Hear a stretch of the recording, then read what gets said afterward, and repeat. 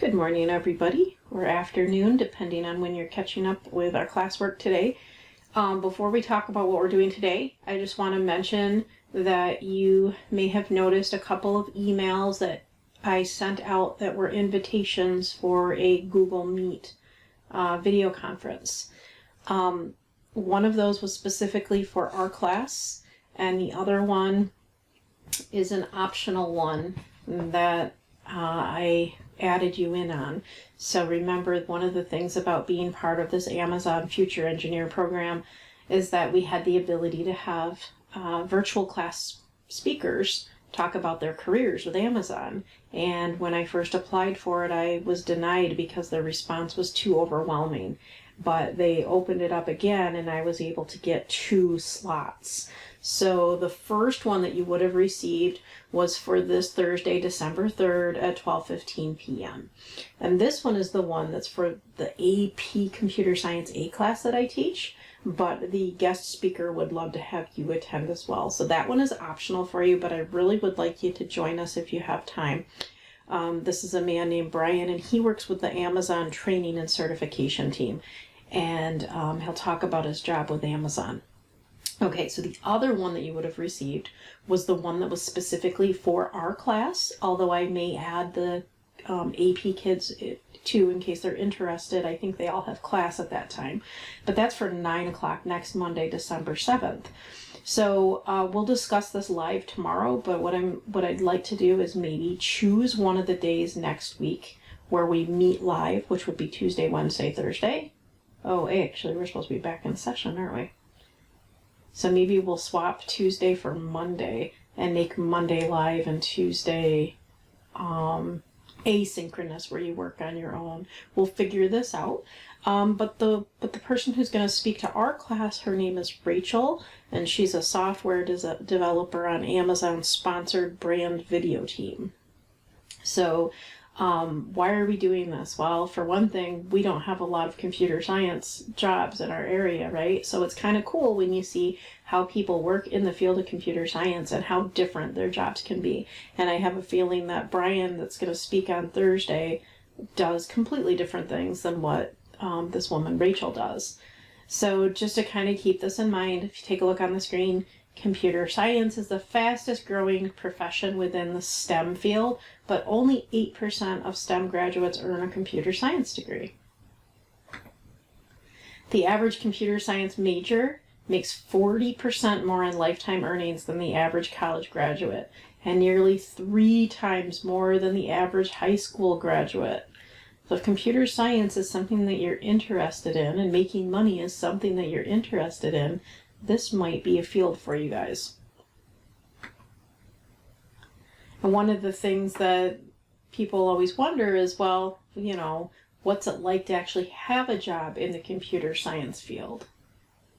So that's why we're going to find out by meeting with the 2 different people. So like I said, the one that's this Thursday at 12:15 is optional, but I really would love to have you join.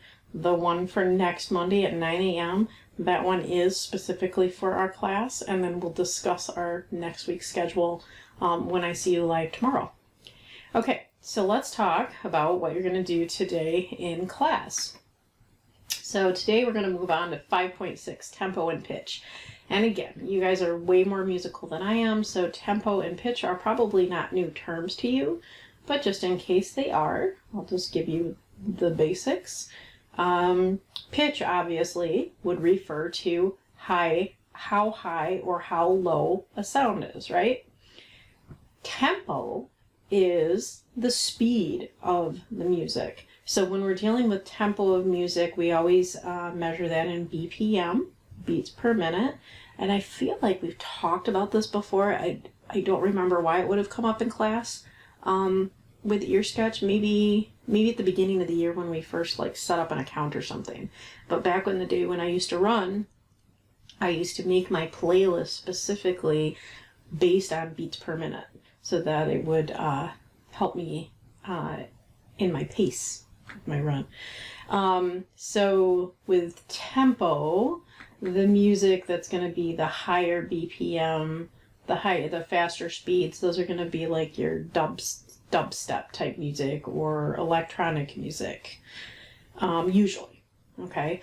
Now just because you have like one like genre of music that's usually around a certain beats per minute range doesn't mean it's always going to be that way. Sometimes there'll be some variations. Okay, so a little bit more about pitch. So pitch, again, we know that's like how high or how low a sound is. But when we deal with that, we also talk about key, right? And so the key is the scale or the group of pitches that a music's going to be in. Okay, so it might be in the key of C or the, different things like that.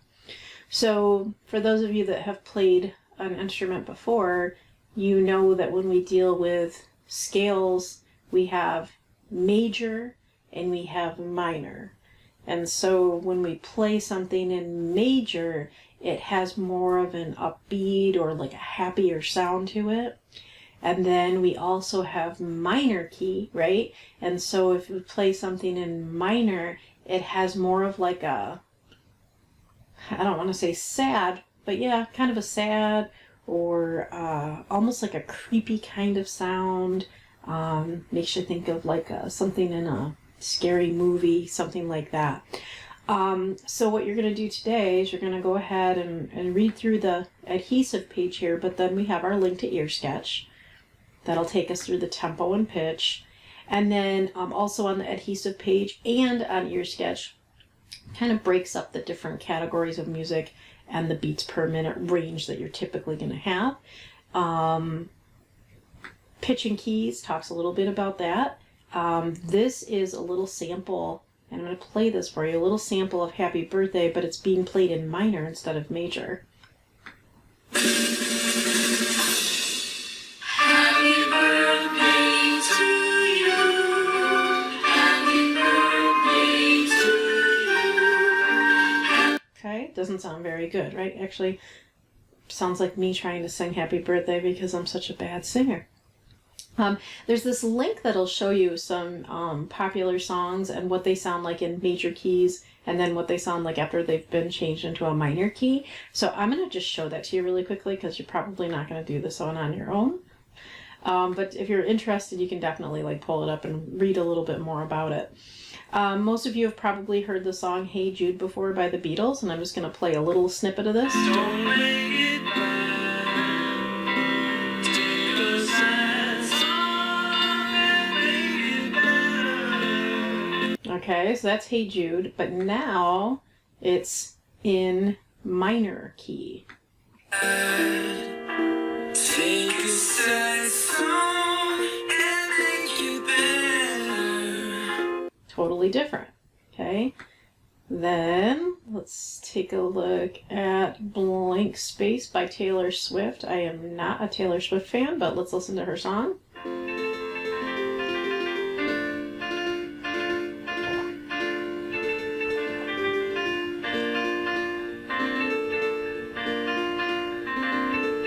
Okay, you know why there's probably no lyrics in here?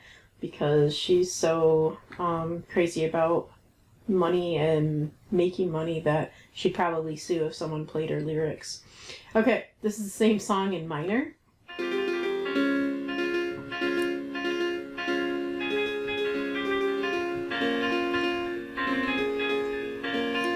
Okay, so you get the idea with that. And then here's the song American Pie, if you guys know that, from long, long time ago. Bye Bye Miss American Pie.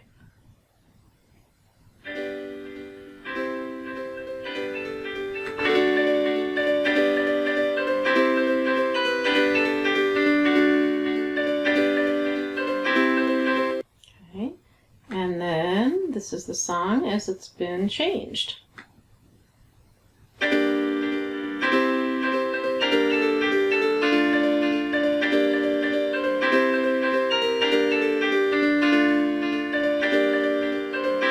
So you get the idea, okay?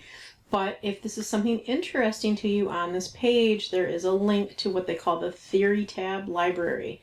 And then what you can do is you can click the key and you can change it, okay? So if you're really interested in that, this is Theory tab right here.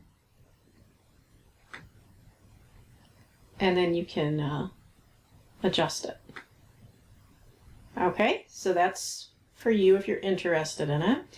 For your sketch today, when you click on the link on the adhesive page, it'll take you through tempo and pitch, just some information for you to read. And then talking about the set tempo function, which isn't really a new function to you. You've seen it actually since we started using Ear Sketch, but it's going to talk about it, let you adjust it. And then it'll show you the pitch, and then it'll play another example of differences between major and minor. And then talk about transitions. So transitions are when we're trying to combine some clips or sections of music, and some of the ways that you can do some musical transitions. It talks about it. And then a little summary of what it covered. And then remember, when you get to the questions, that's when you go back to adhesive. Okay, so you'll go back to adhesive, and then you'll do the little lesson practice with a couple of questions. That's all you have to do today. So I will see you tomorrow morning at 9 a.m. Bye, guys.